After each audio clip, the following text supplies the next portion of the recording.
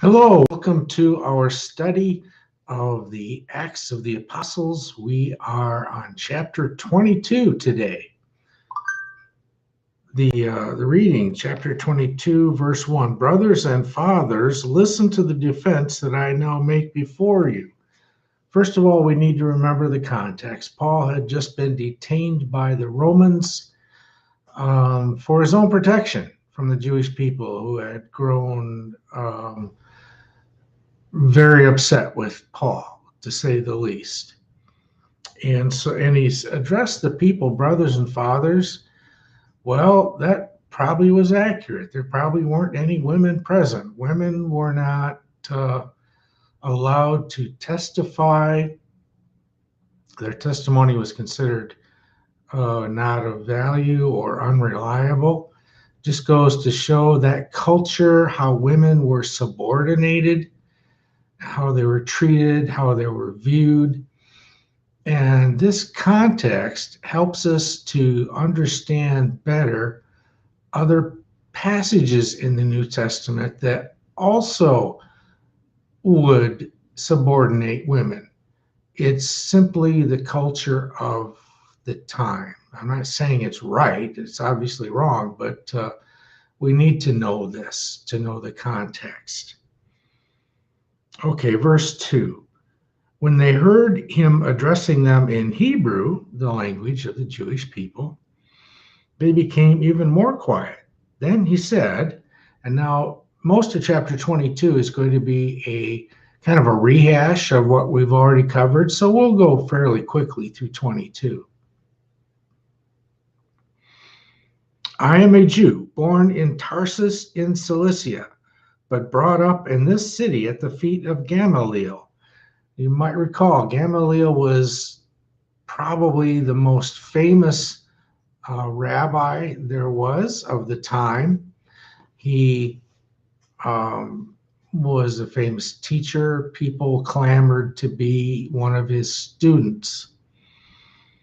Educated strictly according to our ancestral law, being zealous for God. Some people don't know what zealous means. Zealous means you have zeal. You are enthusiastic to a great degree, just as all of you are today. I persecuted this way, meaning the Christians, up to the point of death by binding both men and women and putting them in prison, as the high priest and the whole council of elders can testify about me. From them I also received letters to the brothers in Damascus. And I went there in order to bind those who were there and to bring them back to Jerusalem for punishment. Verse 6. While I was on my way and approaching Damascus about noon, a great light from heaven suddenly shone about me. I fell to the ground and heard a voice saying to me, Saul, Saul, why are you persecuting me?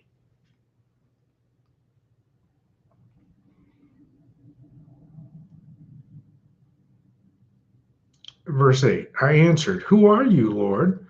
Then he said to me, I am Jesus of Nazareth, whom you are persecuting. Remember, Jesus grew up in Nazareth. He was born in Bethlehem, but grew up in Nazareth. Now those who were with me saw the light, but did not hear the voice of the one who was speaking to me. I asked, What am I to do, Lord? The Lord said to me, Get up and go to Damascus. There you will be told everything that has been assigned to you to do. Since I could not see because of the brightness of that light, those who were with me took me my hand and led me to Damascus.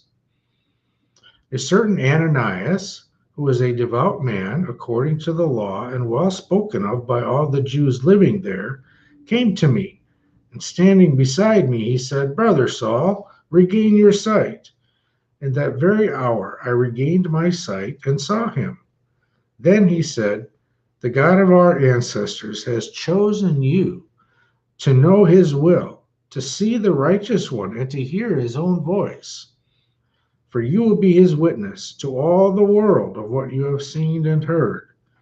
And now, why do you delay? Get up, be baptized, and have your sins washed away, calling on his name.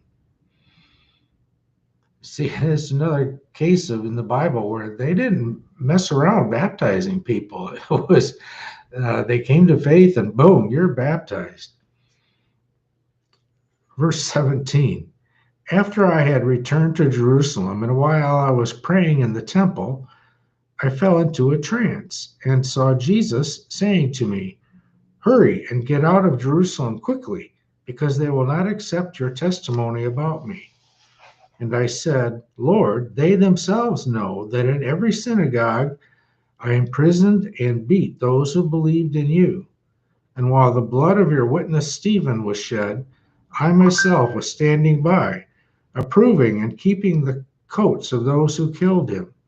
Then he said to me, "Go, for I will send you far away to the Gentiles." Oh boy, you know how the Jewish people felt about Gentiles.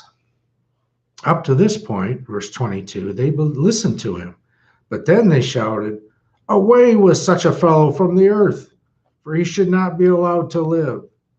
And while they were shouting, throwing off their cloaks, and tossing dust into the air, the tribune directed that he was to be brought to the barracks and ordered him to be examined by flogging to find out the reason for this outcry against him.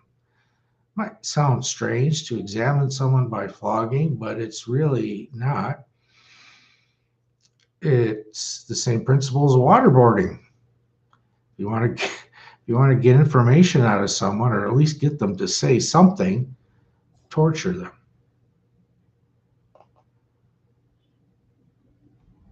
Verse 23:5. But when they had tied him up with thongs, Paul said to the centurion who was standing by, "Is it legal for you to flog a Roman citizen who is uncondemned?"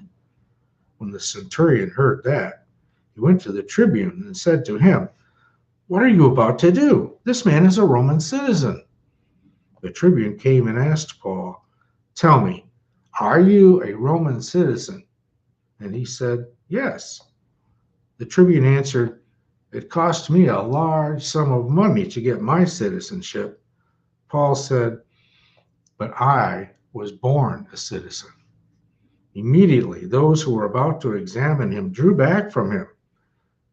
And the tribune also was afraid, for he realized that Paul was a Roman citizen and that he had bound him. Verse 30. Since he wanted to find out what Paul was being accused of by the Jews, the next day he released him and ordered the chief priests and the entire council to meet. He brought Paul down and had him stand before them. Chapter 23. While Paul was looking intently at the council, he said, "Brothers," and again, they would have all been men. Maybe we should take a hint. When things are ruled all by men, things go badly. "Brothers, up to this day I have lived my life with a clear conscience before God." Then the high priest Ananias ordered those standing near him to strike him on the mouth. Well, this was against religious law. You were not to strike a Jew on the face. At this, Paul said to him, "God will strike you, you whitewashed wall." Okay, whitewashed wall. The bodies of dead people were extremely unclean religiously, and so they would be put in tombs, and then the tombs themselves, to prevent the tomb from being touched, were whitewashed to prevent anyone from becoming unclean. So God will strike you, you whitewashed wall. Are you sitting there to judge me according to the law? And yet, in violation of the law, you order me to be struck? Those standing nearby said, "Do you dare to insult God's high priest?" And Paul said, probably sarcastically, because this particular high priest was known to be a bit of a scoundrel and a corrupt. Paul said, "I did not realize, brothers, that he was high priest. For it is written, You shall not speak evil of a leader of your people. Verse 6. When Paul noticed that some were Sadducees and others were Pharisees, he called out in the council, Brothers, I am a Pharisee, a son of Pharisees. I am on trial concerning the hope of the resurrection of the dead. When he said this, a dissension began between the Pharisees and the Sadducees, and the assembly was divided. The Sadducees say that there is no resurrection or angel or spirit, but the Pharisees acknowledge all three. Then a great clamor arose, and certain scribes of the Pharisees' group stood up and contended, We find nothing wrong with this man. What if a spirit or an angel has spoken to him? Well, that was throwing gas on the fire. When the dissension became violent, the tribune, fearing that they would tear Paul to pieces, ordered the soldiers to go down, take him by force, and bring him into the barracks. I was going to say, gosh, it's a good thing our church councils don't get that violent, although I know of one church council many years ago afterward did become violent. That was a bad, bad situation. Verse 11. That night the Lord stood near him and said, Keep up your courage, for just as you have testified for me in Jerusalem, so you must bear witness also in Rome. Verse 12. In the morning the Jews joined in a conspiracy and bound themselves by an oath neither to eat nor drink until they had killed Paul. Now here we go, an oath to God that you're going to murder someone. Okay, when somebody does something sounds crazy, remember, it's not crazy to them. It makes sense to them. It seems rational to them. So what's going through their mind? Well, they must have thought that Paul was extremely going against God, and it would be good that God would approve of their murdering him. How often has religion justified violence in the name of God? Or how often have we said, well, God is on our side? That's sad. Verse 13. There were more than 40 who joined in this conspiracy. They went to the chief priests and elders and said, We have strictly bound ourselves by an oath to taste no food until we have killed Paul.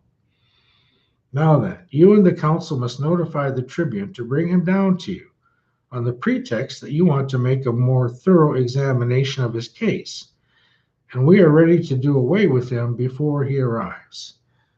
Now today, wouldn't that be called accessory to a murder?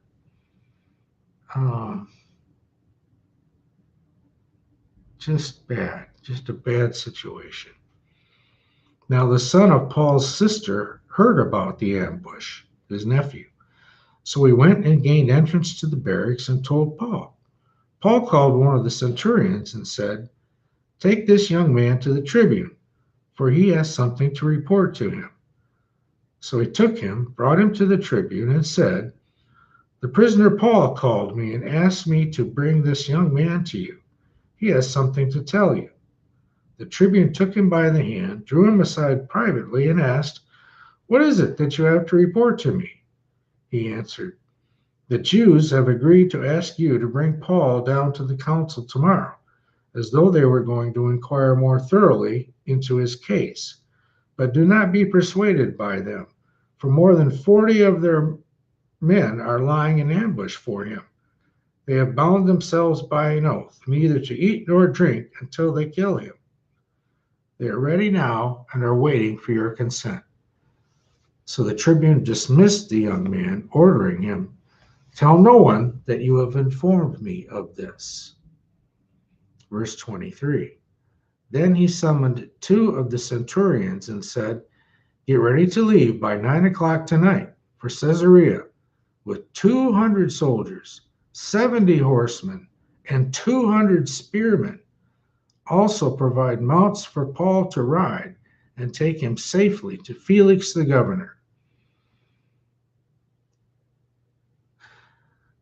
Say what you will about the Romans. I mean, they were terrible rulers and just capable of horrendous things, but they loved their law and order, that's for sure. He wrote a letter to this effect: Claudius Lysias, to His Excellency the Governor Felix, greetings. This man was seized by the Jews and was about to be killed by them. But when I had learned that he was a Roman citizen, I came with the guard and rescued him. I just thought of something I wanted to say about the Romans and their love of law and order. I remember reading that a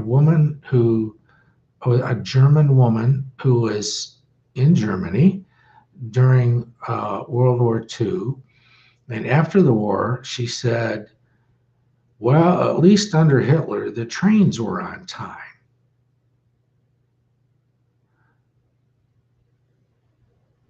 It seems as though despotic rulers, it seems as though what they have in common is they want law and order. They want the public to be in line. And some people like that. Some people respond well to law and order at any cost.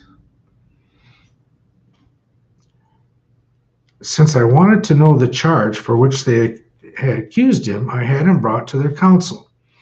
I found that he was accused concerning questions of their law, but was charged with nothing deserving death or imprisonment.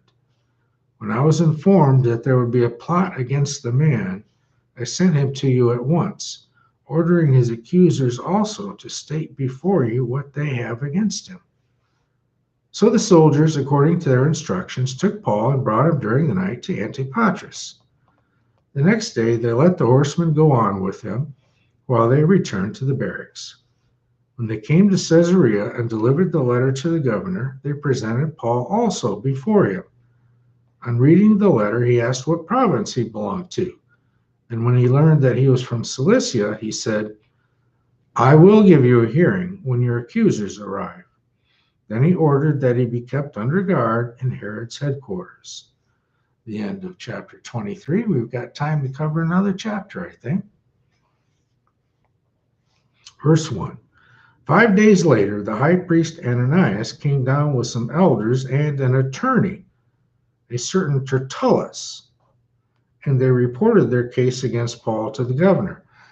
Now, I'm sorry, but listen to the flowery language the attorney uses. Tertullus began to accuse him, saying, Your Excellency, because of you, we have long enjoyed peace, and reforms have been made for this people because of your foresight. We welcome this in every way and everywhere with utmost gratitude. But to detain you no further, I beg you to hear us briefly with your customary graciousness. Oh my goodness. We have, in fact, no, it was not in fact, found this man a pestilent fellow, an agitator among all the Jews throughout the world, and a ringleader of the sect of the Nazarenes. He even tried to profane the temple, and so we seized him. Excuse me, I need to get a drink.